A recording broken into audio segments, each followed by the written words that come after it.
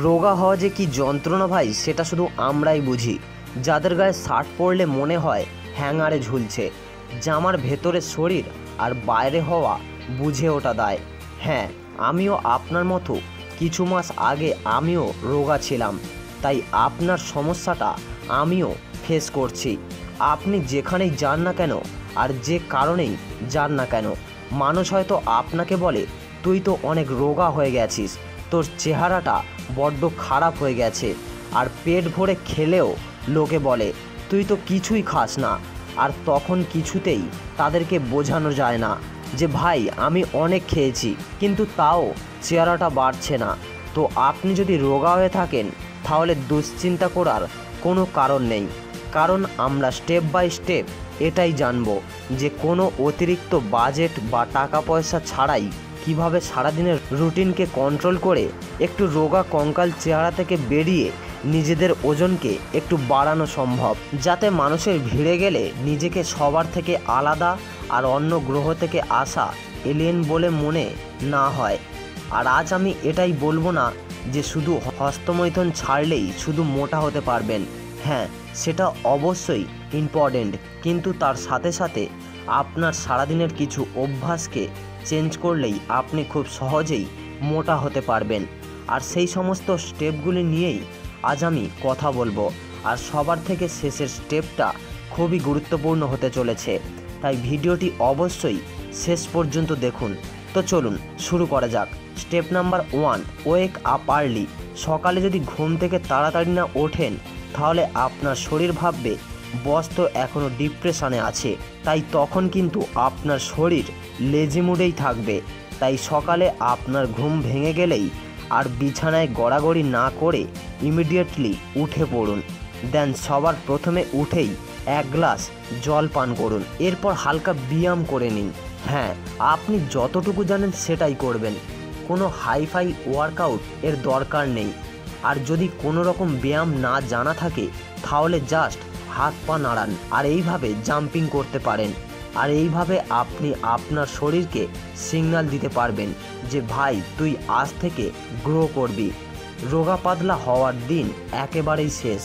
তারপর 2টো ইট বা জলের বোতল ধরুন আর সেগুলো ব্যবহার করুন বেসিক এক্সারসাইজের জন্য, যেমন বাইসেপ কার্ল বা চেস্ট প্রেস। হ্যাঁ, প্রথম দিনেই হয়তো আপনি বডি বিল্ড হয়ে যাবেন না, কিন্তু আপনার ব্রেনে একটি সিগন্যাল যাবে যে হ্যাঁ আমি সিরিয়াস, আমাকে করতেই হবে। Step number 2, breakfast. ভিআইপি খাবার নয়, জাস্ট রিয়েল খাবার, পান্তা ভাত। হ্যাঁ ভাই, আপনি ঠিকই শুনেছেন, এই খাবারটা আপনার গোপন হিরো।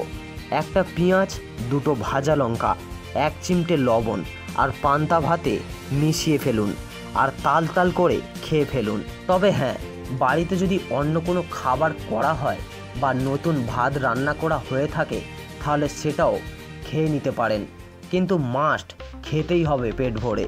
আর পান্তা ভাত আপনি খাচ্ছেন বলে কেউ যদি হাসাহাসি করে তাহলে তাকে বলুন ভাই তোর প্রোটিন শেখা একদিকে আর আমার পান্তা ভাত একদিকে। আর আপনি মাথায় রাখুন যে খেলে আপনার শরীর তৈরি হবে আর না খেলে নিজেই কঙ্কাল হয়ে থাকবেন, এতে অন্যদের কিছু হবে না। তাই নিজের কথা মাথায় রেখে পেট ভরে খান। এছাড়াও ভাতের ফ্যান থাকলেও সেটাও আপনি লবণ দিয়ে খেতে পারেন, যেটা ওজন বাড়ানোর একটা ম্যাজিকের মতো কাজ করে। ভাতের ফ্যান শুনে অনেকেই মুখ ঘুরিয়ে নেয়, তাদের জন্য ছোট্ট একটা কথা, প্রোটিন পাউডারে যা নেই তা এই ভাতের ফ্যানে আছে। মায়ের মমতা, ভালোবাসা আর অবশ্যই মিনারেলস। তাই এটাকে লবণ দিয়ে ভালো করে মিশিয়ে ফ্যান খেয়ে নিন। একদম সহজ খাবার, কিন্তু শরীরের রক্ত আর মাংস ডালা লাইসেন্স দেয়া খাবার।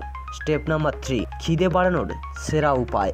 দুপুরে খাওয়ার আগে একটু হাঁটুন, পকেটে 5 টাকা থাকলে 1 কাপ চা খান, চারপাশের মানুষজন দেখুন। নিজের শরীর গড়তে গেলে তো কিছু করতেই হবে, তাই না?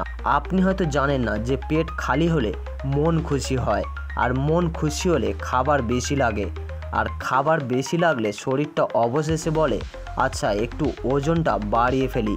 তাই হাঁটতে হাঁটতে যখন খিদে পাবে তখনই চলে আসতে হবে আমাদের স্টেপ নাম্বার 4-এ, যেটা হলো দুপুরের খাবার। তো দুপুরে খাওয়ার জন্য তরকারি নেই, চিন্তার কোনো কারণ নেই। ভাত তো আছেই, তার সাথে পেঁয়াজ, লেবু, লঙ্কা আর একটু ঘি দিয়ে চালিয়ে দিন না। তাহলেই দেখবেন পেট এটা বুঝতে পারবে না যে আপনি রাজা নাকি রাস্তাঘাটের লোক। আর আপনার শরীর বলবে যে ভাই আমি তো তোর ভরসাতেই আছি। তারপর খেয়ে দে একটু দুপুরবেলা শুয়ে পড়ুন, আর একটু ঘুম মানেই শরীরে পেয়ার। আর ওই সময় আপনার শরীর বলবে চল বেটা নতুন কিছু বানাই। তারপর চলে আসি নেক্সট স্টেপ নাম্বার 5-এ।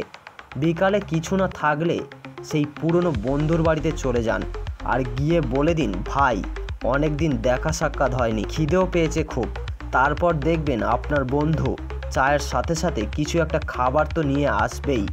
তারপর এই সময় বন্ধুর সাথে হালকা আড্ডা মেরে খাওয়া দাওয়া করে চলে আসুন নিজের বাড়িতে। আর তারপর বিশেষ কোনো কাজ বা স্টুডেন্ট হয়ে থাকলে পড়াশোনা করে চলে আসুন স্টেপ নাম্বার 6 অর্থাৎ ডিনারে। দিন শেষে শরীরকে ধন্যবাদ জানান, অর্থাৎ একদম রাতে একদম ভালো করে পেট ভরে খাবার খান, কারণ সারাদিনের এই শেষের খাবারটা কিন্তু আপনার শরীর বানাবে। কারণ ঘুমের মধ্যে আমাদের শরীরে যেটা হয় সেটা তো সরাসরি কন্ট্রাকশান ওয়ার্ক।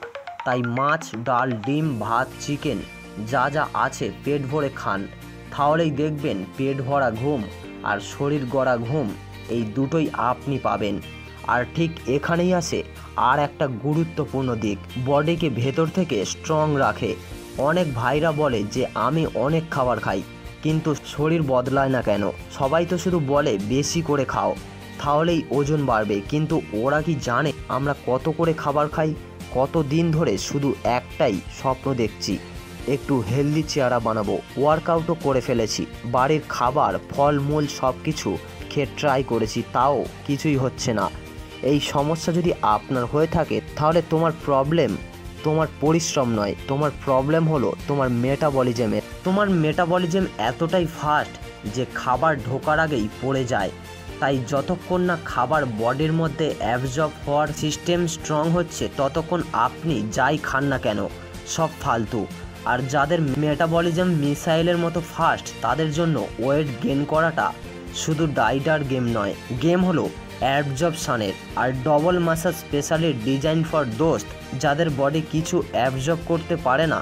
এই ট্যাবলেট তোমার ডাইজেস্ট সিস্টেমকে নিউট্রিয়েন ডিসপেন্সে পরিণত করে।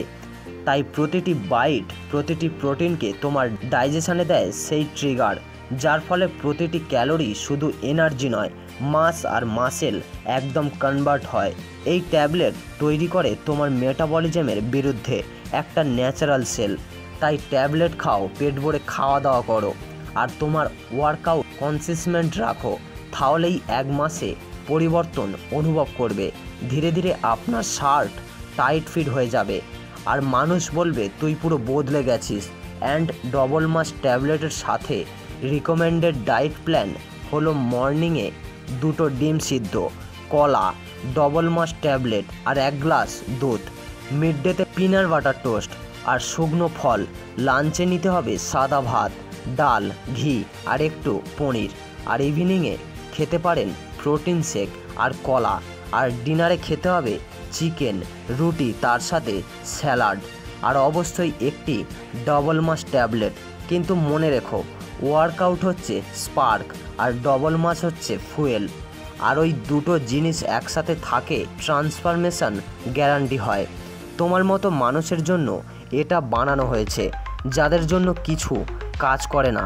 এবং লাস্ট মোস্ট ইম্পর্টেন্ট স্টেপ হলো স্টেপ নাম্বার 7 কনসিস্টেন্সি।